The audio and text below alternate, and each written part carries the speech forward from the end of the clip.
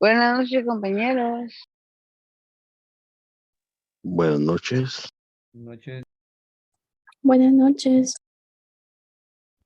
Buenas noches.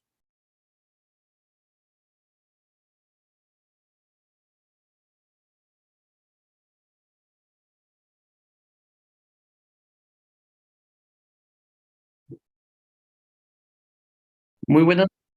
Vamos a dar un par de minutos. Hay bastantes compañeros uniéndose todavía a la sesión.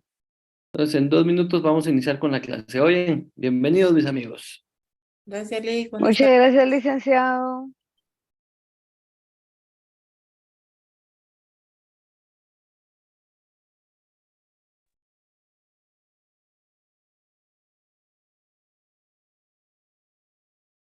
Buenas tardes a todos. Buenas tardes. Buenas tardes. Buenas tardes. Buenas tardes. Buenas tardes. Hello, baby. Muy buenas tardes.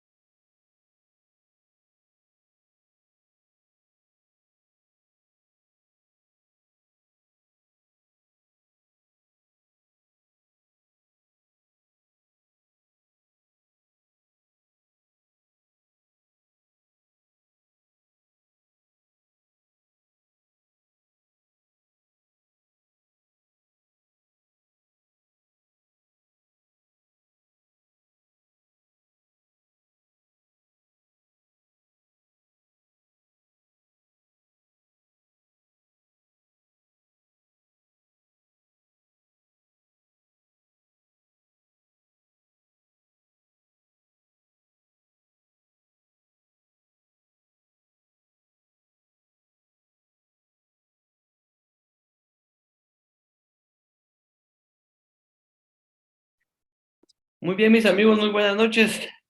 Qué gusto poderles saludar. Siempre es un placer tenerlos por acá. Vamos a iniciar la clase. Recording in progress. Oye, mis amigos, qué bueno que estén conectados y qué bueno que podamos compartir en esta. Como platicamos en algunos minutos, un punto en específico, trata un poquito más acerca de la organización en sí del Estado, pero específicamente del Estado de Guatemala.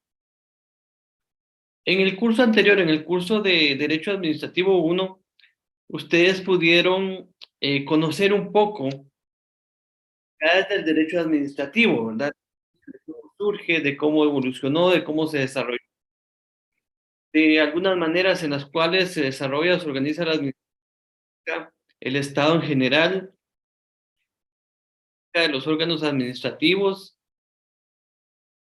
los que integran a los órganos administrativos.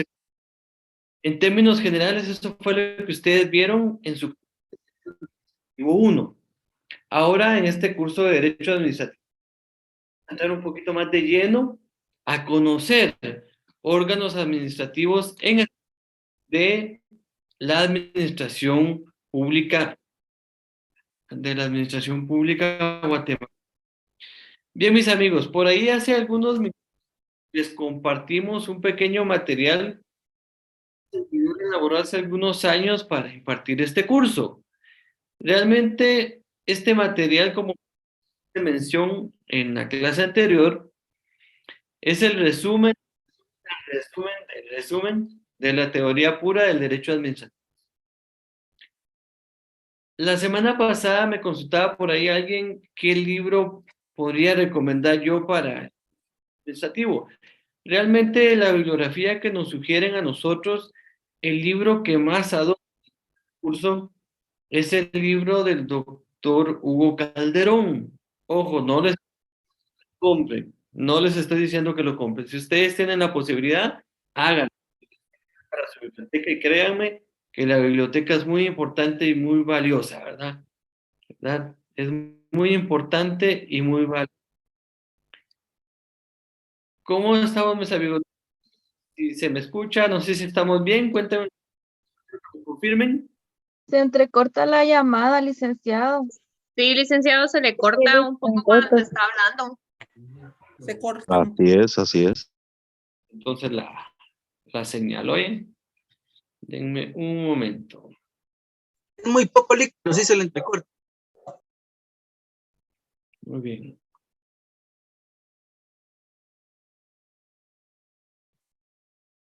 Estaba contento, lloraba porque Dios había manifestado de una manera especial. Como dijo el hermano Luis, nunca había sentido la presencia de Dios como hoy. Claro que así estaba. Muy bien, mis amigos. Cambiamos un poquito. A ver si ahora sí se me recorta. Ustedes me dirán. Continuamos entonces, mis amigos.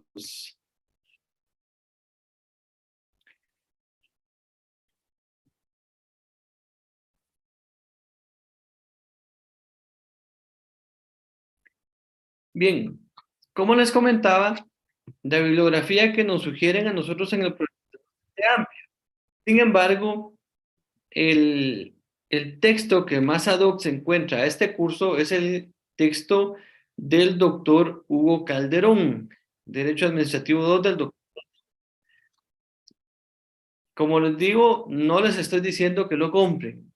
Si ustedes tienen, háganlo, porque sí les va a servir para su bibliografía en general y para su biblioteca en general. Si ustedes pueden hacerlo, háganlo. Si no, pues no hay ningún problema, vamos a seguir avanzando. Como les digo, pequeño material que les va a servir de mucho en la guía del desarrollo del curso, mis amigos. Pues bien, mis amigos, entrando un poquito en materia, tenemos que hacer una remembranza de lo que es pública, ¿verdad? Lo que es la administración pública. No sé si alguien por acá, partido, nos pueda recordar qué es la administración pública, ¿sí? En términos muy sencillos, alguien que se anime, alguien que nos haga recordar. Buenas noches, Lee, gusto saludarle. Adelante, amigo. Básicamente el derecho público, ¿verdad? La administración pública, mi amigo. Administración pública básicamente es la que ejerce el Estado a través de un gobierno en los distintos poderes que tiene. Muy bien, muchas gracias, mi amigo. Sí, en términos generales, la administración pública, pues es el poder que tiene el Estado de administrar todo lo que conlleva la cosa pública. En resumidas cuentas, es la serie de actividades que desarrolla el Estado con el objeto de prestar servicios públicos, ¿verdad? Con el objeto de prestar servicios públicos. ¿Y cuál es el objeto de prestar servicios públicos? El tan anhelado bien común, ¿verdad, mis amigos? Eso es básicamente la serie de actividades que el Estado desarrolla con el ánimo de prestar servicios públicos y con ello alcanzar el bien común. Alcanzar el bien común. Recordamos que es la administración pública. Recordamos que en nuestro país la administración pública la desarrolla el organismo ejecutivo. En el curso de Derecho Administrativo 1 pudimos conocer cómo se distribuyen las funciones del Estado, una función legislativa, una administrativa y una función constitucional. En ese sentido, mis amigos,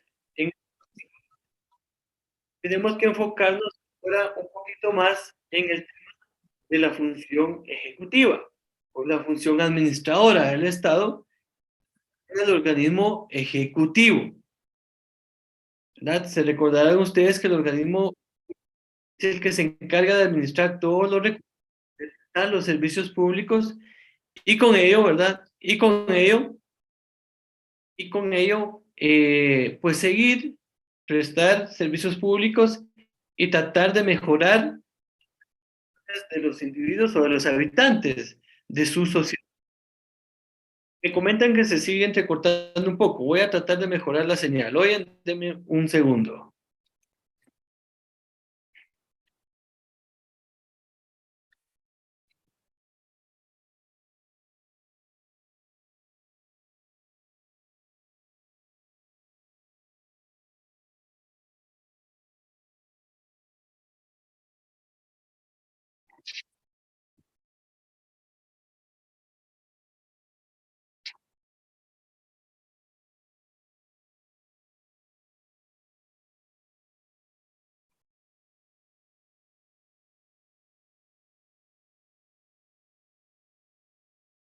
Bien, cambiamos ahí un poco de posición el router. Vamos a ver si... por ahí, don Edwin, ¿tiene por ahí alguna duda? Adelante, por favor. Profesor, disculpe, pero era sobre la señal. Ah, perfecto. Muchas gracias. Bien, mis amigos, continuamos entonces. Recordando entonces el tema de la administración pública, concibiendo a esta como la serie de actividades que realiza el Estado para prestar servicios públicos y con ello alcanzar el bien común, las actividades que el Estado desarrolla para alcanzar el bien común son muchísimas, ¿no? Son muchísimas, mis amigos. Desde prestar servicios públicos básicos como la seguridad, como la educación, como la salud, hasta servicios que quizás son esenciales, como el otorgamiento de licencias, permisos, etcétera, para actividades específicas que desarrollan los mismos habitantes o la misma población. Fíjense, mis amigos, en el caso del Estado guatemalteco, ustedes recordarán que nuestro Estado se organiza con órganos administrativos de diferente índole. Órganos administrativos centralizados, órganos administrativos descentralizados y órganos administrativos autónomos. Sin embargo, todos cumplen una función específica y todo ello es para alcanzar el bien común.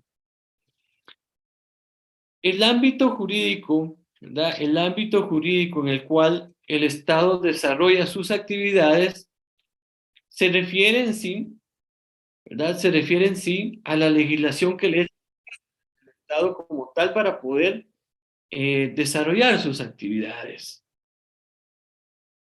Tenemos a la Constitución Política de la República de Guatemala.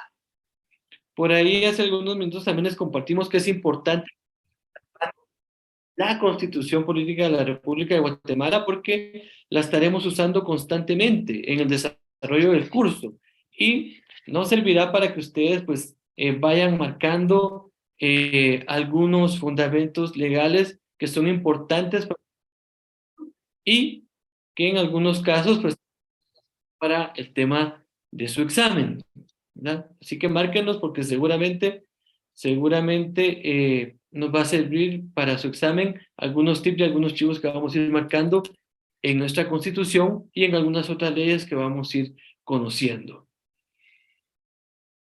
¿Por qué es necesario recalcar el tema del ámbito jurídico de la administración pública? Recordarán ustedes que el derecho administrativo surgió por la necesidad que hubo en el desarrollo del hombre mismo de regular la actividad del Estado para que el Estado tuviera límites, ¿verdad? Para que el Estado tuviera límites. Y estos límites iban encaminados a un principio de juridicidad y un principio de legalidad, que ustedes lo recordarán de su curso anterior. El principio de juridicidad, que ustedes recordarán que es el principio que se aplica en el derecho administrativo y que obliga, ¿verdad? Y que obliga a todos los órganos administrativos a resolver cualquier petición teniendo en cuenta no solo la legislación, sino todo lo consiguiente o concerniente a el derecho administrativo.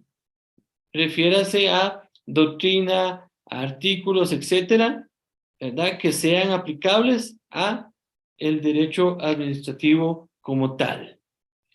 Pues fíjense pues, mis amigos, que aparte de la Constitución Política de la República, tenemos también leyes ordinarias, leyes reglamentarias ¿verdad? Y resoluciones administrativas. Toda esta serie de elementos legales son los que constituyen el ámbito jurídico de la administración pública en Guatemala. En el curso anterior ustedes pudieron recordar, ¿verdad? Pudieron recordar los tipos de normas que existen: normas constitucionales, normas ordinarias, normas reglamentarias y normas específicas, como el caso de las resoluciones administrativas. No sé si hasta el momento vamos bien, mis amigos. Si tienen alguna duda o alguna inquietud, los escucho. Por mi parte, vamos bien, Lick. Ahí vamos, Lick, solo que se le entrecorta por momentos. Gracias.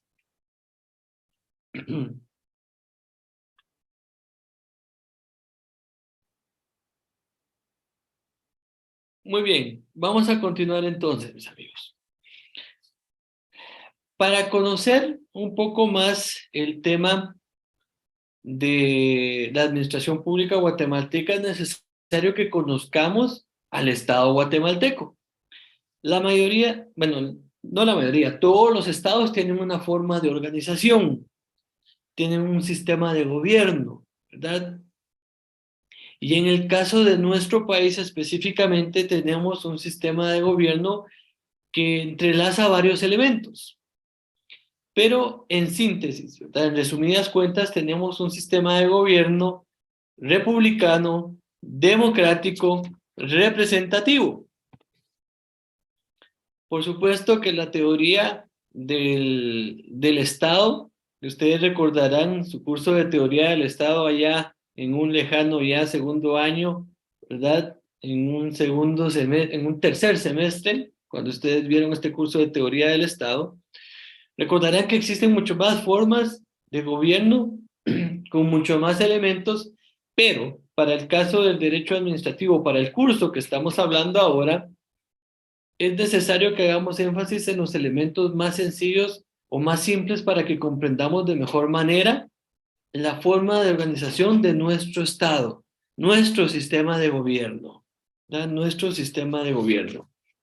No sé si alguien tiene a la mano por ahí su Constitución y que le pueda dar lectura al artículo 140. Alguien que nos apoye por ahí dándole lectura al artículo 140.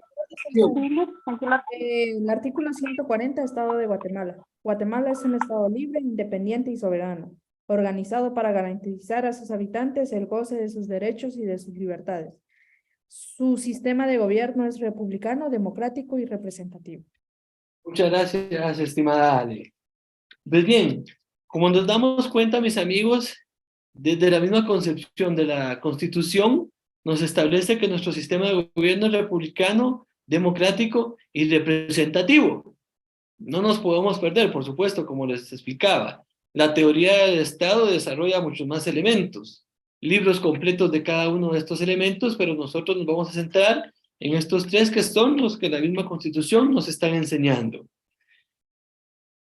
¿Y a qué nos referimos entonces cuando hacemos alusión a que nuestro sistema de gobierno es republicano, democrático y representativo? Bien, cuando hacemos referencia a que nuestro sistema de gobierno es republicano, ¿verdad? Es republicano, se refiere a que en este sistema de gobierno el poder reside en el pueblo, ¿verdad? Personificado, por supuesto, el pueblo por un jefe supremo llamado presidente, ¿verdad? Por un jefe que se llama presidente. No tenemos un rey, no tenemos un monarca, ¿verdad? Es necesario que tengamos un sistema legal que haga una división de poderes y que limite el poder de cada uno de las personas que ejercen el poder. Refiere republicano a que tenemos una figura no monárquica, sino una figura jerárquica superior, un jefe de gobierno, un jefe de Estado, al que se le llama presidente. A eso se refiere este elemento de republicano. Algo que les quiero comentar a las personas que están iniciando conmigo a recibir clases. Lo que estamos hablando acá está resumido en el material que ya se les compartió, por lo tanto no es necesario que ustedes estén copiando, ¿eh? No es necesario que ustedes estén copiando. Por ahí la compañerita Rotzen les va a compartir, creo que ya les compartió el link de asistencia y los va a estar molestando ahí algunos con que enciendan su cámara en algunos momentos, ¿oye? Bien, continuemos entonces. Tenemos un presidente, ¿verdad? Si nos gusta o no nos gusta es otra cosa, ¿verdad, mis amigos? Pero no vamos a entrar en detalles en este momento. El presidente se convierte entonces en el jefe del Estado, en la persona que representa la unidad, ¿verdad? La unidad popular, la unidad del pueblo, ¿verdad? Que es electo democráticamente. Entonces caemos al segundo elemento, que es el democrático, ¿verdad? ¿A qué se refiere entonces este elemento democrático? Se refiere a que el pueblo participa en la forma de hacer gobierno. ¿Y cómo hace el pueblo para participar en la forma de hacer gobierno? Bueno, primero, porque tenemos el derecho de elegir a nuestras autoridades, de elegir a quien nos va a representar. Y tenemos también el derecho a ejercer una fiscalización sobre los gobernantes y sobre la administración pública en general. Y ustedes se preguntarán, mis amigos, pero ¿yo cómo hago yo, un simple mortal o un simple habitante, cómo hago para fiscalizar? Tenemos varias herramientas. En el curso de Derecho Administrativo 1 platicamos un poquito acerca de algunos elementos que tenemos a nuestro alcance para poder fiscalizar a la administración. Un caso muy importante y el que tenemos a mayor alcance es el caso del acceso a la información pública. Ustedes recordarán, mis amigos, que existe una legislación aplicable para que las instituciones nos puedan compartir la manera en que están ejerciendo la administración, pero especialmente la manera en la cual están gastando nuestros recursos. Este es un elemento muy importante. A eso se refiere entonces, mis amigos, el punto de la democracia en un sistema de gobierno. Bueno, entonces ya vimos, tenemos un elemento republicano porque existe un presidente que nos representa, un sistema democrático porque participamos en la elección de ese presidente, ¿verdad? Y ahora vamos a entrar entonces a platicar un poquito acerca del elemento representativo. ¿Y a qué se refiere el elemento representativo? Bueno, se refiere entonces, ¿verdad?, a que nosotros como población, a que nosotros como pueblo tenemos el derecho y la opción de elegir a quienes nos van a representar no solo en la unidad popular, como es el caso del presidente, sino también a quienes se van a dedicar a administrar la cosa pública, como el caso de los alcaldes y las corporaciones municipales, sino también a las personas que se van a encargar de desarrollar la legislación guatemalteca. Si se dan cuenta, entonces, mis amigos, tenemos participación como población para elegir, ¿verdad?, a quienes se encargan de realizar la primera función, que es la función legislativa, y la segunda función, que es la función administrativa o la función ejecutiva. No así la función judicial, porque eso le corresponde a otros entes, ¿verdad? Eso le corresponde a otros entes a través de comisiones de postulación y luego, en un segundo filtro, a el organismo legislativo. Pero ahí nosotros ya hemos ejercido nuestro derecho al voto y hemos puesto a nuestros representantes en ese Congreso de la República para que ellos se encarguen de realizar esa función, ¿verdad?, de designar a quienes van a ejercer esa función jurisdiccional o judicial. No sé si estamos claros, mis amigos, o tienen alguna duda. Los escucho.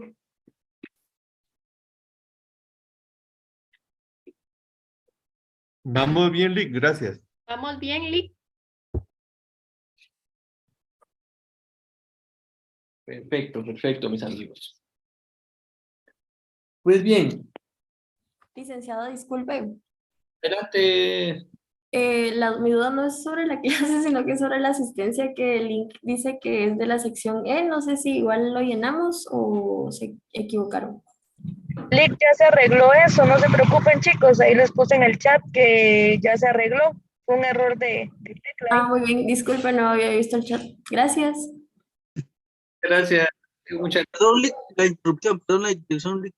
Pero será que no hay problema los que ya lo llenamos, que tenía la E de todos modos, sin antes de la corrección. Ya, como les dije, no había problema, solo era de corregirlo. Y con lo de la hora, lo que lo están llenando. Muy amable, perdón la interrupción, Lick. No tengan pena, mis amigos, ¿oyen?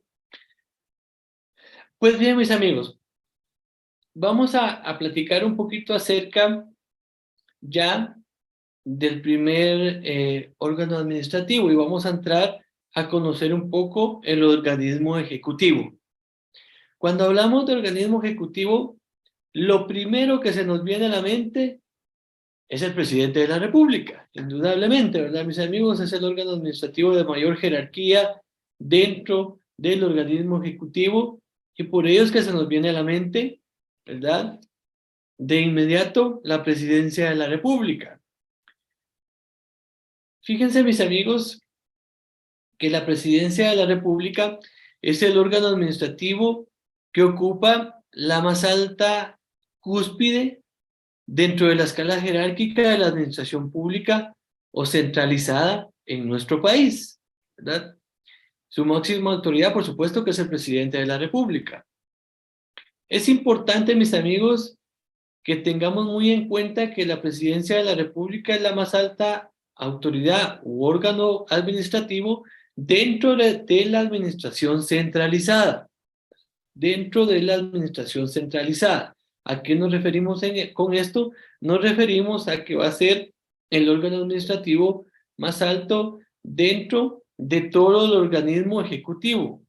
Es decir, que va a ser el más alto jerárquicamente sobre vicepresidencias, sobre ministerios, sobre secretarías, sobre direcciones, ¿verdad? Todo lo que depende del organismo ejecutivo como tal va a estar en una escala jerárquica inferior a la presidencia de la República. A la presidencia de la República. Y ahí recordarán ustedes un poquito cuando en su curso anterior se platicó acerca de cómo se organiza la administración pública, ¿verdad? Que tenemos un sistema centralizado, un sistema descentralizado y un sistema autónomo. Pues acá nos vamos a enfocar un poquito más en el sistema centralizado, ¿verdad? Y vamos a poner énfasis entonces en la presidencia de la República. No sé si por ahí alguien nos puede apoyar dándole lectura al artículo 185 de la Constitución Política de la República. Licenciado, una pregunta, ¿la asistencia es obligatoria o dónde está el link? Disculpe. Sí, por favor, el formulario sí es obligatorio. Es que no lo miro, ¿dónde está? Ahorita la Por el Yolic. Artículo 185, requisitos para optar a los cargos de presidente o vicepresidente de la República.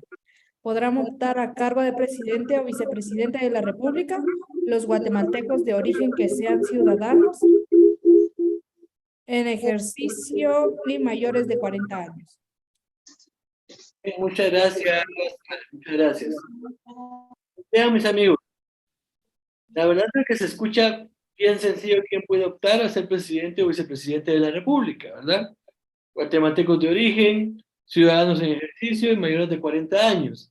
Si tenemos en cuenta estos tres requisitos, muchísimos podrían optar al cargo de presidente o vicepresidente de la República. Son los mismos requisitos para presidente y para vicepresidente. ¿Y por qué son los mismos?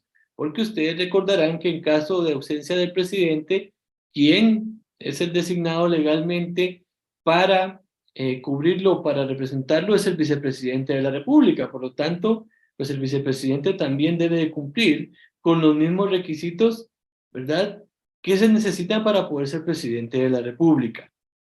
Ahora bien, mis amigos, como todo tiene un pero y como todo tiene pues, pros y contras y algunos límites, ¿verdad? Y algunos límites, es necesario que conozcamos las prohibiciones para poder optar al cargo de presidente o vicepresidente de la República. Para ello, mis amigos, es necesario que vayamos un artículo más en nuestra Constitución, que es el artículo 186. Prohibiciones para optar a los cargos de presidente o vicepresidente de la República. Y aquí es donde empieza lo complejo del asunto, ¿verdad, mis amigos? Aquí es donde empieza lo complejo del asunto. Inciso A. Los caudillos ni los jefes de un golpe de Estado, revolución armada o movimiento militar o similar que haya alterado el orden constitucional, ni quienes como consecuencia de tales hechos asuman la jefatura de gobierno.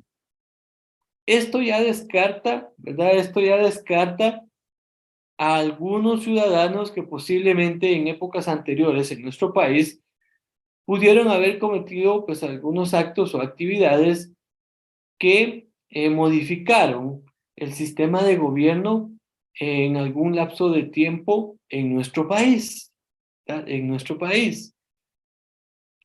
En el caso de Guatemala, ustedes recordarán, ya en su curso también de Historia Jurídico-Social, recordarán aquel curso que ustedes vieron en el segundo semestre, creo que es, o tercero,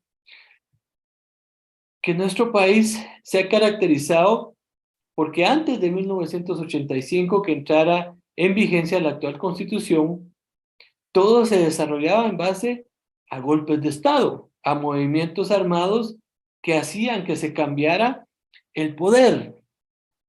No había una alternación, digamos, en el poder, sino más bien se colocaba a una persona para que dirigiera el Estado como tal, porque era colocado a la fuerza, derivado de movimientos militares o de movimientos armados que producían ese tipo de cambios, ¿verdad? Ese tipo de cambios.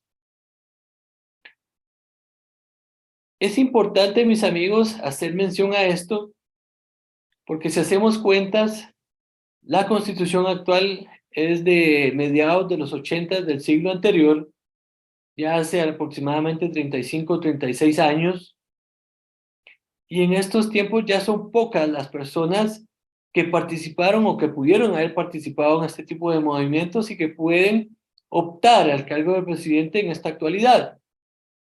Esto es importante que lo tengamos en cuenta.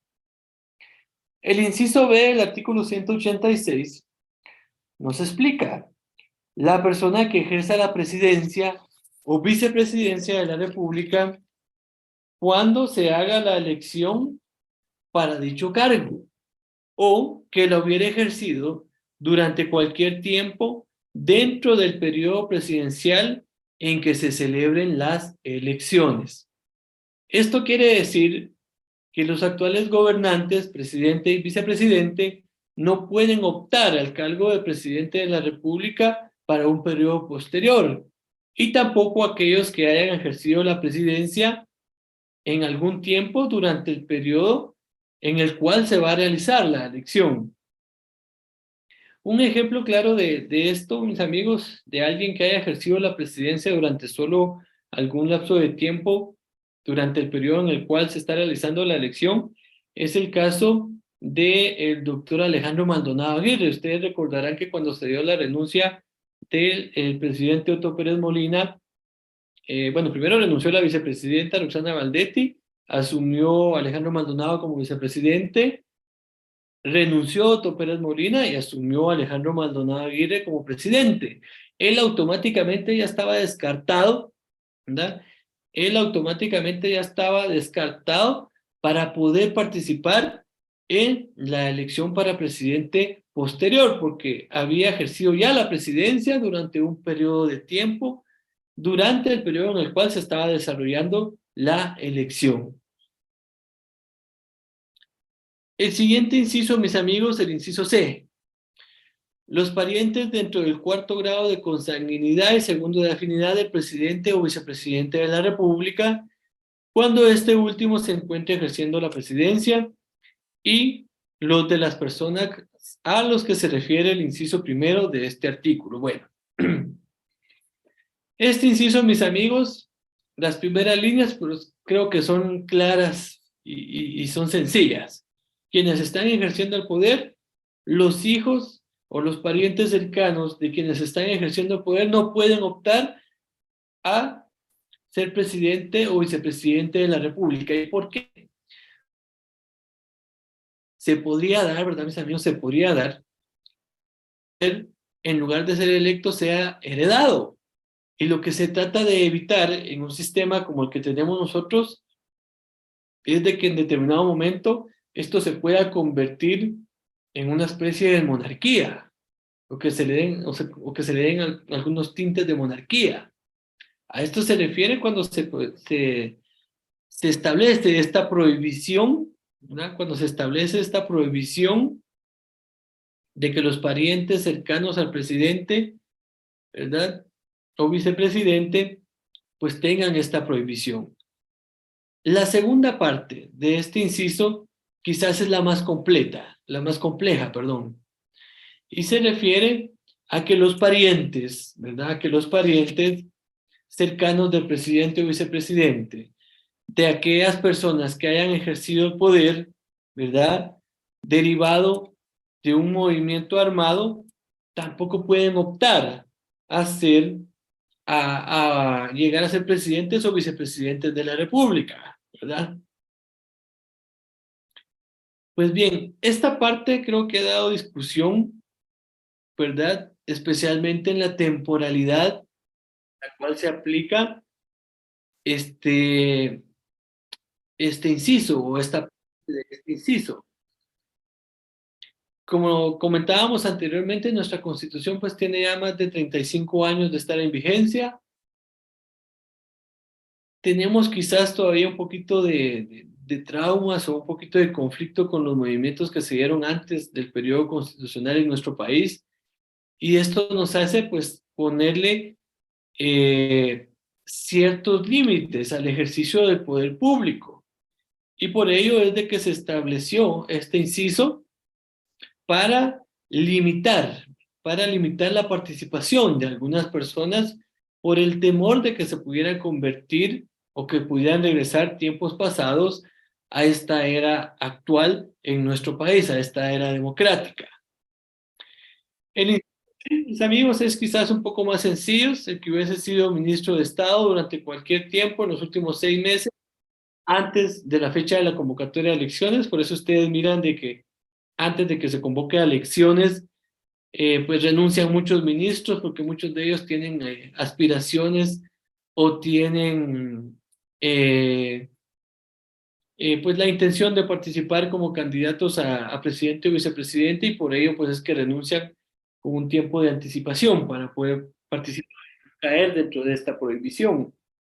El inciso E, que se refiere a los miembros del ejército, ¿verdad? Salvo que estén de baja o en situación de retiro, por lo menos 5 años antes de la fecha de convocatoria. Ya tuvimos un caso muy claro en el cual este inciso pues no fue aplicable, en el caso de Otto Pérez Molina. Todos sabemos que era un general retirado de hace años atrás cuando él optó a ser presidente, y por ello pues no le aplicó este inciso. Sin embargo, como bien lo establece ahí, si no ha cumplido 5 años de retiro o haberse dado de baja, no puede participar ningún miembro del ejército. El inciso F, los ministros de cualquier religión o culto. Y el inciso G, los magistrados del Tribunal Supremo Electoral. Por supuesto, ¿verdad? Si ellos son los encargados de fiscalizar y de ejecutar el desarrollo del proceso electoral, ellos no podrían participar, no podrían ser juez y parte, ¿verdad, mis amigos? En síntesis, mis amigos, creo que estos incisos podrían dar lugar a muchas discusiones, ¿verdad? Pero la Constitución es bastante clara. Por supuesto que habrán excepciones, por supuesto que habrán acciones, y especialmente en los cuales estamos pues iniciando con un proceso electoral a volver a esas actividades. ¿Dudas, mis amigos? ¿Preguntas? Los escucho. Por ahí, Doha, adelante. Lick, gracias. Bueno, dentro de ese contexto de las prohibiciones que hay, ¿qué opinión le merece el hecho de que a una candidata se le haya dado ya la inscripción si cumple dentro de los términos del 4º grado de consanguinidad, y la otra por un histórico donde por asociación se le llama pastor o pastora a la esposa del pastor, cuando teóricamente ha renunciado, pero en su lugar deja a la esposa, por asociación le han nombrado pastor? Y si dentro de ese contexto administrativo de iglesia, le permiten participar como candidato. Bien. En el primer tema, o en el primer punto, curioso, ¿verdad? Porque en anteriores ocasiones no se había permitido la participación, en esta posiblemente sí, pero se deriva de una sentencia o de una resolución de carácter internacional en materia de derechos humanos. Ustedes recordarán, mis amigos, ustedes recordarán que la Constitución Política de la República tiene una jerarquía, ¿verdad? Tiene una jerarquía. Sin embargo, hay una excepción, que es el caso cuando se refiere a resoluciones de carácter internacional en materia de derechos humanos. Bajo esta situación es que creo que se le permite a esta candidata la participación, que está impugnada, por supuesto está impugnada, habrá que ver la discusión que tengan los juristas para resolver este tema, pero, ¿verdad? Pero, desde mi punto de vista, al tener una resolución, una sentencia de carácter internacional en materia de derechos humanos, creo que el Tribunal Supremo Electoral aplicó, ¿verdad? Aplicó de manera correcta el tema de derecho internacional en materia de derechos humanos. Esto en el primer punto. En el segundo, es un tema de mayor discusión. Es un tema de mayor discusión. Por costumbre, ¿verdad? Por costumbre, se le llama pastor o pastora a quien dirige una iglesia. Sin embargo, el hecho de que dirija una iglesia no los convierte en ministros de culto como tal.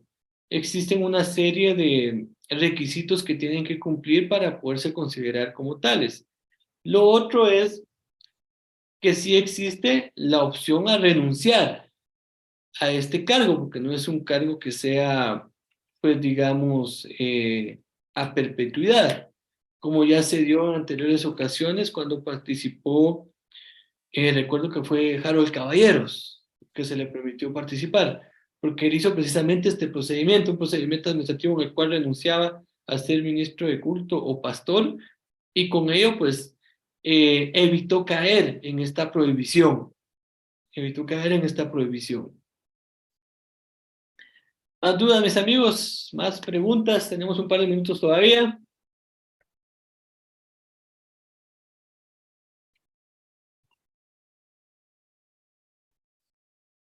Perdone, dentro del orden constitucional se asume que nada es superior a la ley, en particular a la Constitución de la República, si nos dejamos guiar por la pirámide de jerarquía.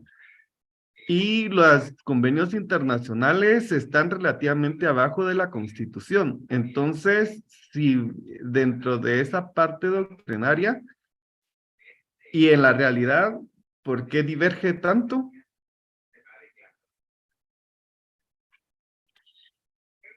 Existen ese tipo de diferencias o distinciones porque recordemos, y como bien hacíamos énfasis, nuestra Constitución es de hace aproximadamente 35 o 36 años.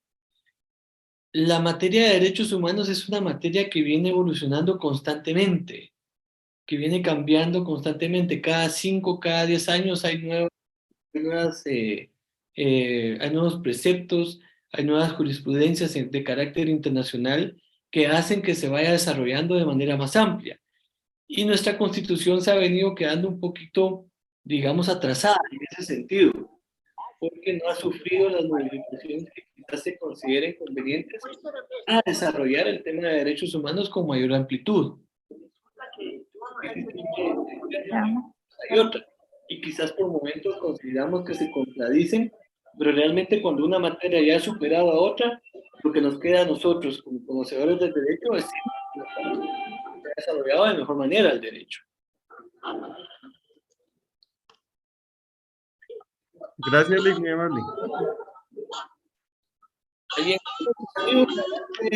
Mirna. Licenciado, buenas noches. Adelante, estimado Delso. Mire, con relación a las prohibiciones y lo que usted dice, que nuestra Constitución se va quedando atrás con respecto específicamente a temas de derechos humanos. Quiere decir que estos requisitos en algún momento se van a anular. Le pongo el caso. Yo soy desde que tengo 18 años, soy una persona que tengo capacidades jurídicas. Entonces, pero uno de los requisitos es que los candidatos tengan 40 años. Pero, ¿qué diferencia hay entre alguien de menor de 40 y alguien superior de 40? Es correcto. ¿Cree usted que violan sus derechos humanos también? No, o sea, la idea de las legislaciones y especialmente es que vayan mejorando. El problema es de que en Guatemala nos da miedo modificar la Constitución por cuestiones que hemos vivido en el pasado, pero realmente no hay ninguna diferencia entre la capacidad que puede tener una persona de 40 a la que puede tener una persona de 39 o de 37 o de 35, o incluso de menos,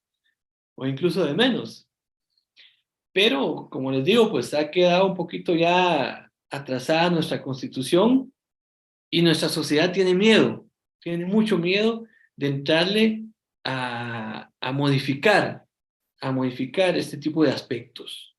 Pero tarde o temprano se tendrá que hacer, ojalá que sea más temprano que tarde, porque no podemos pasar, por ejemplo, 100 años con una Constitución. Tenemos que mejorarla, tenemos que ver la manera en la cual se adapte a los tiempos actuales y a los tiempos modernos de nuestra sociedad como tal. Mis amigos, estamos a las 18:59. Les voy a dar ahí un par de minutos para que se refresquen y se puedan conectar a su curso de las 7 de la noche. Ha sido un gusto poder estar con ustedes conectado. Espero verlos el próximo día martes. Nos vemos. Feliz noche. Buenas noches,